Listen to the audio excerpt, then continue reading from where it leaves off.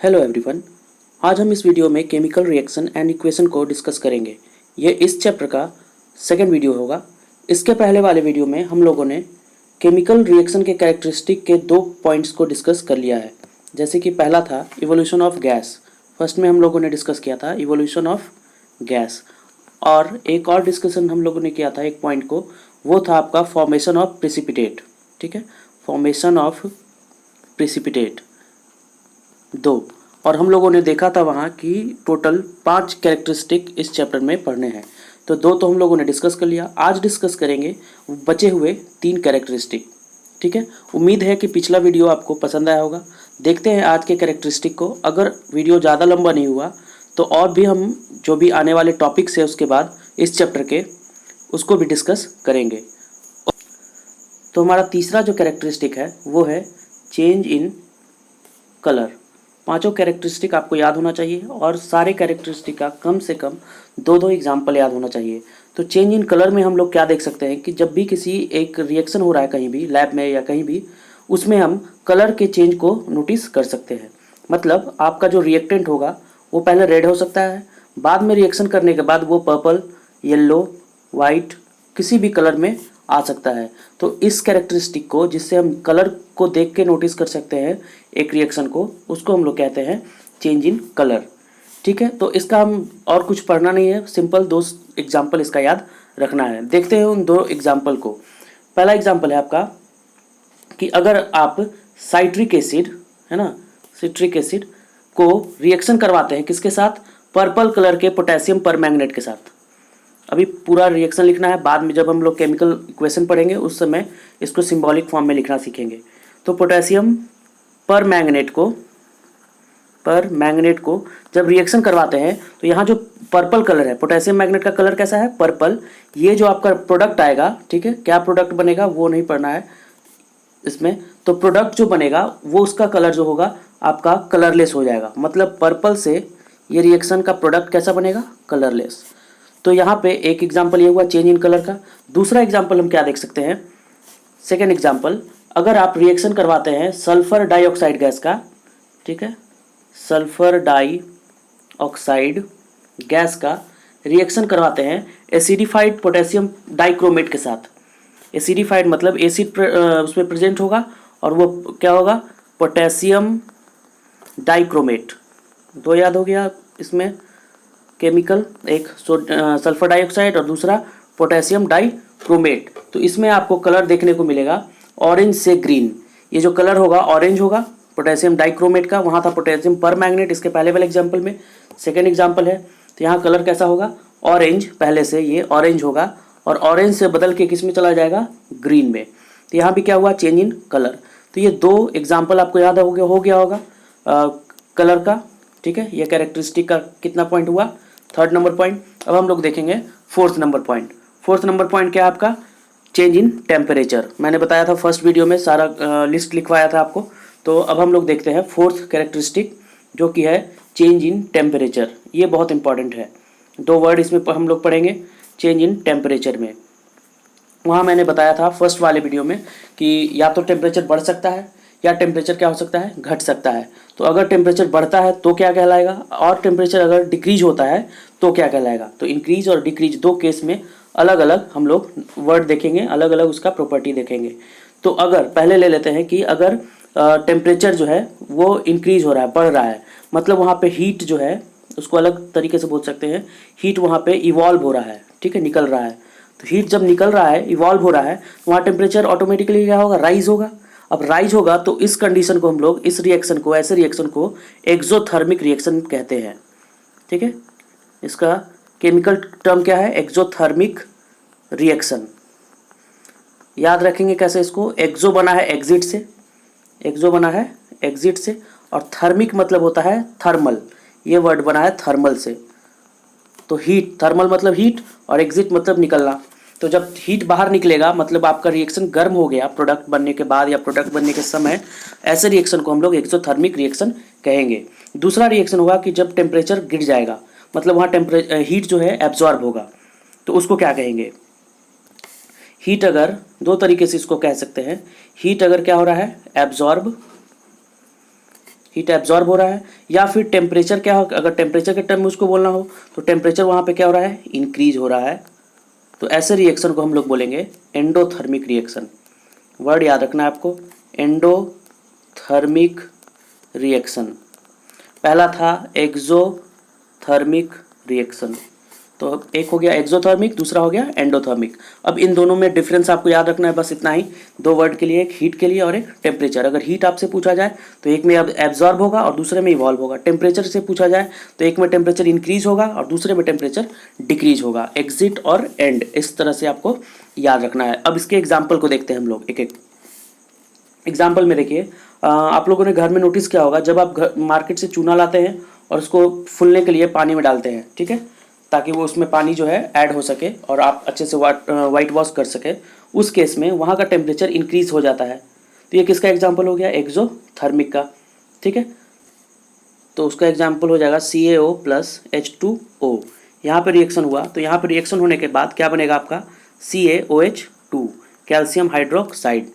एक और क्वेश्चन यहाँ से अराइज होता है इसी टॉपिक में से, कि अब ये जो चूना आपका बना पानी के साथ, इसको आप दीवार पे लगाएंगे तो इसका फॉर्मूला हो गया CaOH2, ये दीवार पे जाएगा।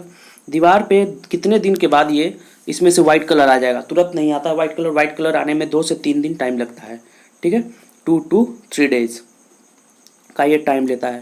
तो क्या होता है कि इतना टाइम इसको लग जाता है, तो यहाँ पे रिएक्शन करता है ये हवा में प्रेजेंट कार्बन डाइऑक्साइड के साथ। तो जब चूना आपका कार्बन डाइऑक्साइड के साथ रिएक्शन करेगा तो वाइट कलर का एक सब्सटेंस बनेगा, उस सब्सटेंस को हम लोग बोलते हैं कैल्शियम कार्बोनेट। ये वाइट कलर का होगा। तो इसको आने में कितना दिन टाइम लग जाएगा, 2 to 3 days। क्यों, क्योंकि कार्बन डाइऑक्साइड का अमाउंट जो है हमारे नेचर में बहुत कम है ना, इतना % के अप्रॉक्स में है, तो इसलिए टाइम लगता है। तो एक एग्जाम्पल ये हो गया। ये किसका एग्जाम्पल हो गया, एक्सोथर्मिक का, ये वाला यहाँ तक का। ये हो गया दीवार का। दीवार पे अगर क्वेश्चन है 2 से 3 दिन क्यों लगता है, उसको एक्सप्लेन करने एग्जाम में आ जाता है। तो एक हो गया ये। दूसरा हम देखते हैं रिएक्शन एंडोथर्मिक का। एंडोथर्मिक में क्या करना होता है, एक रिएक्शन आपको याद रखना होगा कि जब आप बैरियम हाइड्रोक्साइड को, इसको बैरियम हाइड्रोक्साइड को रिएक्ट करवाते हैं अमोनियम क्लोराइड से, अमोनियम क्लोराइड से, तो यहाँ पे आपका प्रोडक्ट बनता है जो कि टेम्परेचर यहाँ पे डाउन हो जाता है, डिक्रीज हो जाता है। तो बनेगा आपका बैरियम हाइड्रोक्साइड है, तो बन जाएगा इसका उल्टा, यहाँ से क्लोराइड इसमें ऐड हो जाएगा तो बनेगा बैरियम क्लोराइड, ठीक है। डबल डिस्प्लेसमेंट का रिएक्शन है, आगे पढ़ेंगे हम लोग। और साथ में क्या बनेगा, अमोनिया, है ना, और यहाँ पे पड़ेगा वाटर, सिर्फ डिस्प्लेसमेंट का है। तो ये हो गया आपका किसका एग्जाम्पल, एंडोथर्मिक का। कॉपी में आप नोट्स बनाते जाइए, इससे ज़्यादा नहीं पढ़ना है 10 क्लास में। जो भी मैं पढ़ा रहा हूँ 10 क्लास के लिए बेस्ट है, इससे ज़्यादा क्वेश्चन नहीं आता है। जो भी क्वेश्चन है वो सब मैं कवर धीरे धीरे करते जा रहा हूँ। तो एक एक्सोथर्मिक का रिएक्शन हो गया एग्जाम्पल, और एक हो गया एंडोथर्मिक का। तो अब हम लोग तीसरे कैरेक्टरिस्टिक की तरफ बढ़ते हैं। तीसरा कैरेक्टरिस्टिक था चेंज इन स्टेट। अब उसको देखते हैं हम लोग, चेंज इन स्टेट, जो कि है हमारा 5वां टोटल का और इस वीडियो का 3rd। ये है आपका चेंज इन स्टेट। स्टेट 3 तरह का होता है, सॉलिड, लिक्विड और गैस। तो इसका बेस्ट एग्जांपल है हमारे डेली लाइफ में कि हम लोग जब वैक्स को जलाते हैं, मोम को, ठीक है, मोम को जलाते हैं तो मोम जो है पहले सॉलिड फॉर्म में होता है, ये सॉलिड फॉर्म में है। जब ये जलना होता है तो लिक्विड में बदलता है, पहले पिघलता है, और लिक्विड से फिर जलने के बाद जो वैक्स है वो वैक्स किस में बदल जाता है, CO2 में। CO2 किस फॉर्म में होता है, गैस के फॉर्म में। तो ये एग्जाम्पल हो गया आपका चेंज इन स्टेट का, ठीक है। इससे ज़्यादा अच्छा एग्जाम्पल कुछ नहीं हो सकता है। तो रूम टेम्परेचर पे ये सॉलिड फॉर्म में हो गया मोम, और जब जैसे ही आप आग जलाएं तो जलने से पहले लिक्विड फॉर्म में, और लिक्विड से जलने के बाद ये गैस में कन्वर्ट हो गया CO2 में। तो इस तरह से हमने कवर किया आज 3 कैरेक्टरिस्टिक, और इसके पहले वाली वीडियो में 2 कैरेक्टरिस्टिक, टोटल हो गए 5 कैरेक्टरिस्टिक। आज देखते हैं थोड़ा सा केमिकल इक्वेशन भी हम लोग टॉपिक कवर कर लेते हैं। इसके बाद वाला जो वीडियो आएगा उसमें हम लोग कवर करेंगे बैलेंस करना, और एक केमिकल रिएक्शन को आप कैसे ज़्यादा इन्फॉर्मेटिव बना सकते हैं उसको हम लोग उस वीडियो में कवर करेंगे। नेक्स्ट है हमारा chemical equation. Chemical equation, chemical equation, equation और केमिकल, ठीक है। इक्वेशन मैथ में भी होता है यहाँ, लेकिन आगे लगा हुआ है केमिकल, इसलिए केमिस्ट्री का हो गया टर्म। इसमें क्या है कि जब दो कोई सब्सटेंस आपस में रिएक्शन कर रहा है उसको हम लिख दिए लेफ्ट साइड में, और बीच में जब एरो देते हैं और राइट साइड में एक नए सब्सटेंस को 1 2 3 जितने भी बनने वाले हैं उसको जब लिख देते हैं उस चीज़ को हम लोग बोलते हैं केमिकल इक्वेशन। अब ये ए बी सी डी क्या है, तो मान लीजिए एक रिएक्शन हम लोग लेते हैं जिसमें जिंक रिएक्शन कर रहा है, जिंक को हम लोग रिएक्शन करवा रहे हैं किसके साथ, सल्फ्यूरिक एसिड के साथ, सल्फ्यूरिक एसिड के साथ। तो ये जो एसिड है जिंक को रिएक्शन करने के बाद जिंक सल्फेट में कन्वर्ट कर देगा, जिंक सल्फेट है ना, और साथ में क्या बनेगा, हाइड्रोजन गैस, हाइड्रोजन गैस। तो ये जब रिएक्शन हुआ जिंक और सल्फ्यूरिक एसिड का किसके साथ, जिंक सल्फ्यूरिक एसिड के साथ क्या बना, जिंक सल्फेट, और क्या बना, हाइड्रोजन। अब ये पूरा इसके कंप्लीट नेम में लिखा हुआ है। जब हम इसको सिंबॉलिक फॉर्म में लिखेंगे तो वही हमारा कहलाएगा केमिकल इक्वेशन। सिंबॉलिक फॉर्म में कैसे लिखेंगे इसको, तो सिंबॉलिक फॉर्म में देखिए क्या होगा,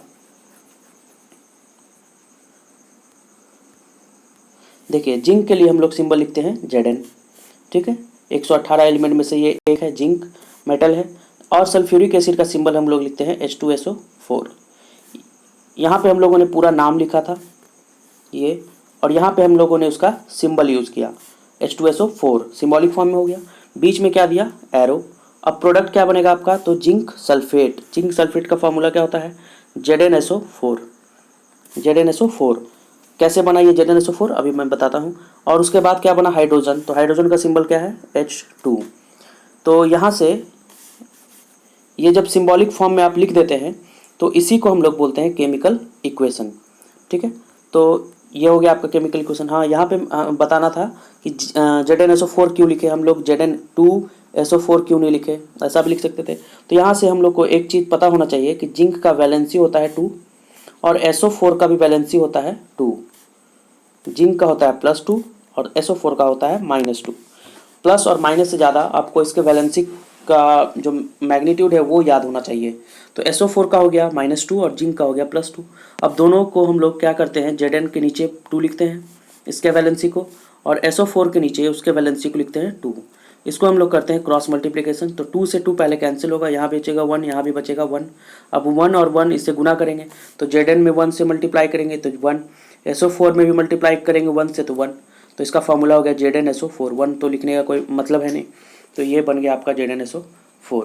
तो इस तरीके से हम एक केमिकल इक्वेशन को लिखते हैं, मतलब वहाँ पे क्या लिखते हैं, उसके सिंबल को, सारे एलिमेंट्स या सारे सब्सटेंस कंपाउंड के सिंबल को लिखते हैं सिंबॉलिक फॉर्म में। इसी को हम लोग बोलते हैं केमिकल इक्वेशन। इसका डेफिनेशन अगर लिखना हो सकता है, the method of representing a chemical reaction with the help of symbols and formula of the substance involved in it is known as chemical equation. इस डेफिनेशन को आप यूज कर सकते हैं। जो हमारा लेफ्ट वाला सब्सटेंस होगा वो कहलाएगा रिएक्टेंट, जो होगा राइट वाला उसको कहेंगे प्रोडक्ट।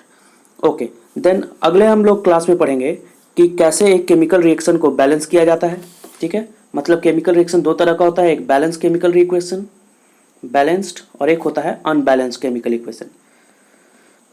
तो अनबैलेंस को बैलेंस कैसे बनाया जाता है, क्या प्रोसेस है उसका, तो उस प्रोसेस को हम लोग डिस्कस करेंगे अगले क्लास में। और साथ में पढ़ेंगे कि एक केमिकल इक्वेशन को आप ज़्यादा इन्फॉर्मेटिव कैसे बना सकते हैं। इन्फॉर्मेटिव मतलब क्या क्या आप उसमें इंफॉर्मेशन ऐड कर सकते हैं, कितना हीट दे रहे हैं, हीट को किससे डिनोट करेंगे, कितना टेम्परेचर रख रहे हैं, टेम्परेचर को कैसे लिखेंगे, किस फॉर्म में है, सॉलिड में है, लिक्विड में है, गैस में है, पानी मिला हुआ है या कुछ और मिला हुआ है। इन सब बात को जब हम लोग एक केमिकल इक्वेशन में ऐड कर देते हैं, इसी को हम लोग कहते हैं कि एक केमिकल इक्वेशन को हम लोगों ने क्या बना दिया, इन्फॉर्मेटिव बना दिया। तो ये सारी जो टर्म्स अभी मैंने बताया, सारा टर्म्स, इस सारे टर्म्स को अगले वीडियो में हम लोग डिस्कस करेंगे। Thank you.